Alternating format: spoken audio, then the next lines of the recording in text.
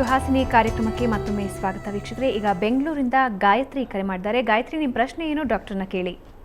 Hello, ನಮಸ್ಕಾರ. ಗಾಯತ್ರಿ, ನನ್ನ ಧ್ವನಿ ಕೇಳ್ತಿದ್ಯಾ? ಕೇಳ್ತಾ ಇದೆ. ನಿಮ್ಮ ಪ್ರಶ್ನೆ ಏನಿದೆ ಡಾಕ್ಟರ್ನ ಕೇಳಿ. ಅದೇ ಮೆನೋಪಾಸ್ ಬಗ್ಗೆ ಕೇಳಿ. ಅದೇ ತುಂಬಾ ಇರೆಗ್ಯುಲರ್ ಪೀರಿಯಡ್ಸ್ ಆಗುತ್ತೆ. ಸ್ವಲ್ಪ ಗಟ್ಟಿಯಾಗಿ ಮಾತಾಡಿ ಗಾಯತ್ರಿ. ಇರೆಗ್ಯುಲರ್ ಪೀರಿಯಡ್ಸ್ ಆಗುತ್ತೆ. ಆಮೇಲೆ 15 ಡೇಸ್ ಒಂದ್ಸತಿ ಆಗುತ್ತೆ. ಒಂಥರ ಶಿವರಿಂಗ್ ಇರುತ್ತೆ, ಸೆಕೆ ಆಗುತ್ತೆ. ಇದೆಲ್ಲ ಪ್ರಾಬ್ಲಮ್ಸ್. ಓಕೆ, ಇರ್ರೆಗ್ಯುಲರ್ ಪೀರಿಯಡ್ಸ್ ಆಗುತ್ತೆ, ಸಾಕಷ್ಟು ಸಮಸ್ಯೆ ಆಗುತ್ತೆ ಅಂತ ಗಾಯತ್ರಿ ಹೇಳ್ತಿದ್ದಾರೆ. 49 ಏಜ್. ಹೌದು. ಓಕೆ, 49 ಏಜ್ನಲ್ಲಿ ಏನಾಗುತ್ತೆ ಅಂತಂದರೆ ಕೆಲವು ಸಲ ಅಂಡಾಶಯದ ವಯಸ್ಸು ಆಗೋಗಿರುತ್ತೆ. ಸೊ ವಯಸ್ಸಾದರೆ ಇದು ಮೆನೋಪಾಸ್ ಟೈಮ್ ಅಂತ ಹೇಳ್ಬೋದು, ಋತುಬಂಧ ಟೈಮ್ ಅಂತ. ಇದರಲ್ಲಿ ಕೆಲವು ಸಲ ಈ ಥರನೇ ಸ್ವಲ್ಪ ಕಮ್ಮಿ ಹಾಕ್ಕೊಂಡ್ಬಿಟ್ಟು ಮತ್ತು ಇದು ಇಂಟರ್ವೆಲ್ಲೂ ಜಾಸ್ತಿ ಹಾಕ್ಕೊಂಡ್ಬಿಟ್ಟು ಮುಟ್ಟು ನಿಲ್ಲುವಾಗ ಟೈಮ್ ಆಗುತ್ತೆ. ಇದನ್ನ ಏನಾದರೂ ನೀವು ಚೆಕಪ್ ಮಾಡಬೇಕಾದ್ರೆ ನಿಮ್ಮದು ಬ್ಲಡ್ನಲ್ಲಿ FSH ಚೆಕ್ ಮಾಡಿಬಿಟ್ರೆ ನಿಮಗೆ ಗೊತ್ತಾಗುತ್ತೆ ಆ ಥರ ಪೊಸಿಷನ್ ಬಂದಿದ್ದೀರಾ ಇಲ್ಲ ಅಂತ. ಅದೇನಾರು ಆ ಥರ ಬಂದಿಲ್ಲದೆ ಇದ್ದರೆ ಮತ್ತು ಗರ್ಭದ ಲೈನಿಂಗ್ ನೋಡಬೇಕಾಗುತ್ತೆ. ಗರ್ಭದ ಲೈನಿಂಗ್ನಲ್ಲಿ ಕೆಲವು ಸಲ ಸೋಂಕಿದ್ರೆ ಇಂಥ ಪ್ರಾಬ್ಲಮ್ಸ್ ಬರ್ಬೋದು. ಸೊ ಅದರಿಂದ ಫಸ್ಟ್ ನೀವು ನಿಮ್ಮ FSH ಟೆಸ್ಟ್ ಮಾಡಿ ನೋಡಿ. ಅದರಲ್ಲಿ ಆ ಥರ ನಿಲ್ಲೋ ಟೈಮ್ ಬಂದರೆ ಪರವಾಗಿಲ್ಲ, ಬಿಟ್ಬಿಡಿ, ಹಾಗೇ ನಿಂತ್ಕೊಂಡು ಹೋಗುತ್ತೆ.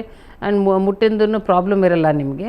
ಬಟ್ ಅದೇನಾದರೂ ಅದು ಮುಟ್ಟಿಂದು ನಿಲ್ಲೋದು ಇಲ್ಲದೇ ಇದ್ದರೆ ಗರ್ಭದ ಲೈನಿಂಗ್ ಒಂದು ಸ್ವಲ್ಪ ಚೆಕ್ ಮಾಡಬೇಕು. ಓಕೆ, ಈಗ ಬೆಂಗಳೂರಿಂದ ಕಾವ್ಯ ಕರೆ ಮಾಡ್ತಾರೆ. ಕಾವ್ಯ, ನಿಮ್ಮ ಪ್ರಶ್ನೆ ಏನು ಡಾಕ್ಟರ್ನ ಕೇಳಿ. ನಮಸ್ತೆ ಮೇಡಮ್. ನಮಸ್ಕಾರಮ್ಮ. ನಾ ಕಾವ್ಯ ಅಂತ ಬ್ಯಾಂಗ್ಳೂರಿಂದ. ಹೇಳಿಮ್ಮ. ನನ್ನ ಮೇಲ್ಗಡೆ 2 ದವಡೆ ಹಲ್ಲು ಉಳ್ಕಲಾಗಿದೆ. ಹಾಗೇನೆ 5 ಟೈಮ್ಸ್ ಕನ್ಸೀವ್ ಆದೆ. 5 ಟೈಮ್ಸ್ ಕೂಡ ಮಿಸ್ಡ್ ಅಬೋರ್ಷನ್ಸ್, ಅಂದ್ರೆ no cardiac activity, no fetal pole ಅಂತ ಬಂದಿದೆ.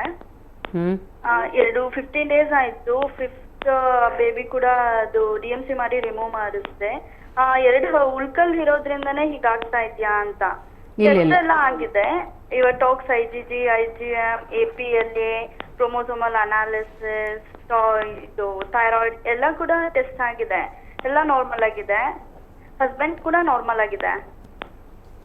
ನೋಡಿಮ್ಮ, ಇವಾಗ ನೀವು ಟೆಸ್ಟ್ ಮಾಡಬೇಕಾದ್ರೆ ಇವಾಗ 2 ಹುಳುಕು ಹಲ್ಲಿ ಇರೋದ್ರಿಂದ ಅದನ್ನೊಂದು ಸ್ವಲ್ಪ ಟ್ರೀಟ್ ಮಾಡಿಸ್ಬಿಟ್ಟು ಅದನ್ನ ಫಸ್ಟ್ ಕ್ಲಿಯರ್ ಮಾಡ್ಕೊಂಡ್ಬಿಡಿ.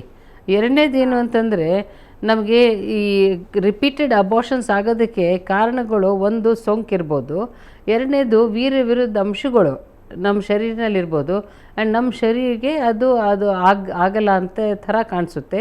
ಅದಕ್ಕೆ ನಾವು ಇಮ್ಯುನಾಲಜಿ ಅಂತ ಹೇಳ್ತೀವಿ. ಇಮ್ಯುನಾಲಜಿನಿಂದನೂ ಈ ಥರದ್ದು ಪದೇ ಗರ್ಭಪಾತ ಆಗಬಹುದು. ಆ್ಯಂಡ್ ಇನ್ನೊಂದು, ಗರ್ಭಪಾತ ಆದ ನಂತರ ನಿಮ್ಮದು ಕ್ರೋಮೋಸೋಮ್ ಟೆಸ್ಟು, ಅದು ಗರ್ಭಪಾತ ಏನಾಗುತ್ತಲ್ಲ, ಪ್ರಾಡಕ್ಟ್ಸ್ ಆಫ್ ಕನ್ಸೆಪ್ಷನ್ನು, ಅದನ್ನ ನೀವು ಟೆಸ್ಟ್ ಮಾಡಿಸ್ಬೇಕಾಗುತ್ತೆ. ಆಮೇಲೆ ಇದನ್ನೆಲ್ಲ ನೀವು ಕ್ಲಿಯರ್ ಮಾಡಿಸ್ಕೊಂಡು ಮತ್ತು ವಸತಿ ಹಾಲ್ಗಳೆಲ್ಲನೂ ಕ್ಲಿಯರ್ ಮಾಡಿಸ್ಕೊಂಡು ನೀವು ಟ್ರೈ ಮಾಡಬೇಕಾದ್ರೂ ನೀವು IVF ಮುಖಾಂತರ ಮೊಟ್ಟೆನ ಮತ್ತು ವೀರ್ಯನ ಆಚೆ ಕಡೆಯೇ ಅದನ್ನ ಭ್ರೂಣ ಮಾಡಿಬಿಟ್ಟು ಅದರಲ್ಲಿ ಸೆಲೆಕ್ಟ್ ಮಾಡ್ಬೋದು ಯಾವ ಭ್ರೂಣ ಚೆನ್ನಾಗಿದೆ ಅಂತ. ಅದೇ ಭ್ರೂಣ ವರ್ಗಾವಣೆ ಮಾಡ್ಬೋದು. ಇದರಿಂದ ನೀವು ಇದ್ರದ್ದು ಚಾನ್ಸಸ್ ಹೆಚ್ಚಾಗುತ್ತೆ. ಮತ್ತು ಆಸ್ಪ್ರಿನ್ನು ಹೆಪ್ರಿನ್ ಕೊಡಬೇಕಾಗುತ್ತೆ ಪ್ರೆಗ್ನೆನ್ಸಿನಲ್ಲಿ. ಇದು ನಿಮ್ಮ ಡಾಕ್ಟ್ರ್ ಹತ್ರ ಹೋಗ್ಬಿಟ್ಟು ಇದನ್ನ ವಿಷಯ ಕೇಳಿ. ಓಕೆ, ಈಗ ಬೆಂಗಳೂರಿಂದ ಆಸ್ಥೇಯ ಕರೆ ಮಾಡಿದ್ದಾರೆ. ಆಸ್ಥೇಯ, ನಿಮ್ಮ ಪ್ರಶ್ನೆ ಏನು ಡಾಕ್ಟರ್ನ ಕೇಳಿ. ಮಾತಾಡಿ ಆಸ್ಥೇಯ. ಹಲೋ, ಹೇಳಿ. Good afternoon ma'am. Good afternoon. ನಾನು ಬ್ಯಾಂಗ್ಳೂರಿಂದ ಕಾಲ್ ಮಾಡಿರೋದು. ನನಗೆ 21 ಇಯರ್ಸ್ಗೆ ಅದು ದೌಡೆ ಹಲ್ಲು ಅಂತ ಬರುತ್ತಲ್ಲ, ಅದು ಬಂದಿದೆ. 2 ಬಂದಿದೆ. ಅದ್ರ ಮೇಲೆ ಒಂದು ಸ್ವಲ್ಪ ಚರ್ಮ ಇದೆ, ಇನ್ನು ಸರಿಗೆ ಬಂದಿಲ್ಲ. ಅದು ಒಂದು ಸ್ವಲ್ಪ ದಿವಸಕ್ಕೆ ತುಂಬಾ ಊದ್ಕೊಳ್ಳುತ್ತೆ. ಅದು ಕಿವಿ ಹತ್ರ ಎಲ್ಲ ಫುಲ್ ಊದ್ಕೊಳ್ಳುತ್ತೆ. ಅದು ಫ್ಯಾನ್ ಇಂದ ಇನ್ಫೆಕ್ಷನ್ ಅಂತ. ಆಸ್ಥೇಯ, ನಿಮ್ಗೆ ಗರ್ಭದ ವಿಷಯದಲ್ಲಿ ಸಮಸ್ಯೆ ಇದೆ, ಹಲ್ಲಿನ ವಿಷಯ ಸಮಸ್ಯೆನಾ? ಹಲ್ಲಿಂದ ಆದ್ರೆ ಇದು ಈ ಕಾರ್ಯಕ್ರಮ ಸುಹಾಸಿನಿ ಇವತ್ತು ನಡೆಸ್ತಾ ಇರೋದು ಹಲ್ಲಿನ ಬಗ್ಗೆ ಅಲ್ಲ, ಹಲ್ಲಿನ ದವಡೆಯಿಂದ ಆಗುವಂತಹ ಸಮಸ್ಯೆ, ಗರ್ಭಾಶಯಕ್ಕಾಗುವಂತಹ ಸಮಸ್ಯೆ. ಸೊ ಡಾಕ್ಟರ್ನ ಕನ್ಸಲ್ಟ್ ಮಾಡಿದ್ರೆ ಐ ಥಿಂಕ್ ನಿಮ್ಗೆ ಒಳ್ಳೆ ಉತ್ತರ ಸಿಗುತ್ತೆ. ಥ್ಯಾಂಕ್ ಯು ಕಾಲ್ ಮಾಡೋದಕ್ಕೆ. ಈಗ ಸವಿತಾ ಕಾಲ್ ಮಾಡಿದ್ದಾರೆ ಹುಬ್ಳಿಯಿಂದ. ಸೊ ಸವಿತಾ, ನಿಮ್ಮ ಪ್ರಶ್ನೆ ಏನು ಡಾಕ್ಟರ್ನ ಕೇಳಿ. ಹಲೋ ಮೇಡಮ್, ನಮಸ್ತೆ. ನಮಸ್ಕಾರಮ್ಮ. ನನಗೆ ಹಲ್ಲು ಬಹಳ ನೋವಾಗ್ತಿದೆ. ಈಗ ನಂಗೆ 3 ಮಂತ್ಸ್ ಆಗಿದೆ. ಹೊಸಡಿ ಎಲ್ಲ ಬಹಳ ನೋವು ಅದ ಕಾಣಿಸ್ತಾ ಇದೆ madam.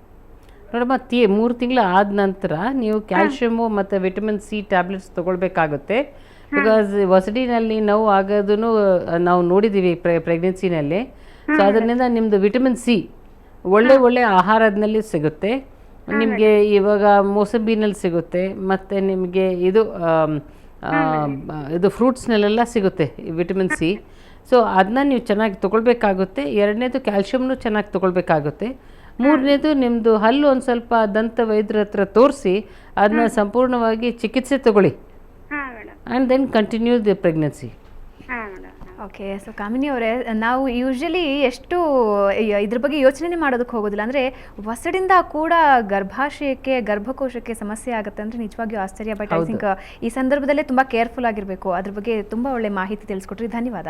Thank you very much. So ವೀಕ್ಷಕರೇ, ನೋಡಿದ್ರಲ್ಲ ಆರೋಗ್ಯದ ಬಗ್ಗೆ ನಿರ್ಲಕ್ಷ್ಯ ಮಾಡೋದು ಎಷ್ಟು ಅಪಾಯ ಅಂತ.